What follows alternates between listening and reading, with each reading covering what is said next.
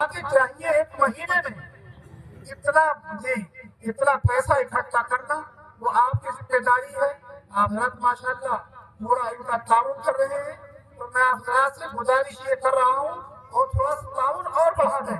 پورے علاقے کے لوگ یہاں ماشاء اللہ آئے ہوئے ہیں. محمد پور کے لوگ بھی ہیں, فیروز پور کے بھی ہیں, اور دوسرے اور احباب بھی ہیں.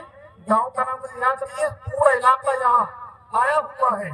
میں حضرات سے یہی کہوں گا کہ ان کا آپ روپوں کے اعتبار سے تھوڑا تعاون بڑھا دیں گے تو پھر ان کو پورے سال بیٹھ کر پڑھانا ان کے لیے آسان ہو جائے گا. اگر تنخواہ میں انتظام نہ ہو پایا تو پھر ان کو جانا پڑے گا علاقے کے اندر. علاقے میں جائیں گے تو یہاں پڑھائی متاثر ہوگی, پھر پڑھانا مشکل ہو جائے گا. آپ حضرات سے یہی گزارش تھی کہ تھوڑا سا تعاون اور بڑھا دیں گے. اور میں نے ان سے گزارش کی تھی مولانا سے کہ رمضان میں ان کی تنخواہ اکٹھی ہو جانی چاہیے پورے سال کی. جس طریقے سے غلہ اکٹھا ہو جاتا ہے پورے سال کی تنخواہ اکٹھی ہو جانی چاہیے رمضان میں, تاکہ عید کے بعد میں جم کر کے یہاں بچوں کو پڑھایا جا سکے.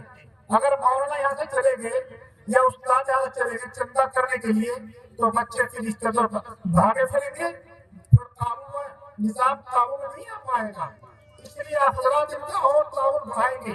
مجھے امید ہے کہ انشاءاللہ آپ ان باتوں کو دھیان سے سنیں گے. میرے محترم بھائیوں, میں نے قرآن کریم کی آیت پڑھی تھی, اسی سے متعلق مجھے کچھ اور گفتگو کرنی ہے.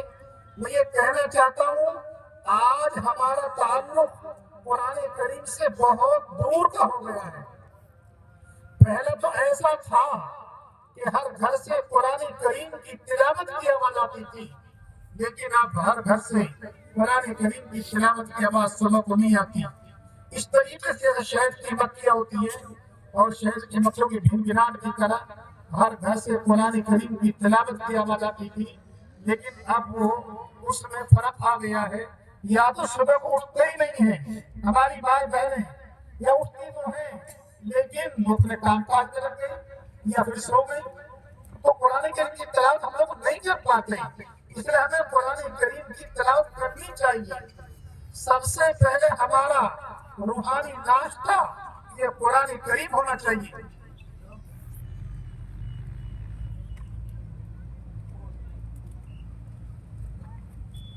سب سے پہلے ہمارا روحانی ناشتہ یہ قرآن کریم ہونا چاہیے.